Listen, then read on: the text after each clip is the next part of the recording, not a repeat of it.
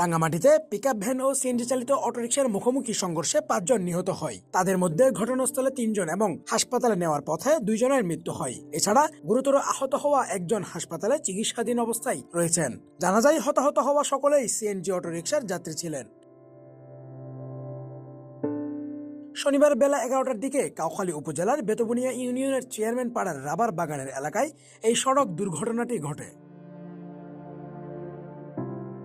প্রত্যক্ষদর্শীরা জানান, সকালে কাউখালী উপজেলার রাঙ্গামাটি চট্টগ্রাম সড়কের রাবার বাগান এলাকায় অটোরিকশাকে চাপা দেয় পিকআপ ভ্যান। এতে ঘটনাস্থলে ৩ জন নিহত হন। আহত অবস্থায় আরো ৩ জনকে হাসপাতালে নেওয়ার পর কর্তব্যরত চিকিৎসক ২ জনকে মৃত ঘোষণা করেন। তাছাড়া গুরুতর আহত অবস্থায় একজন চিকিৎসাধীন রয়েছেন।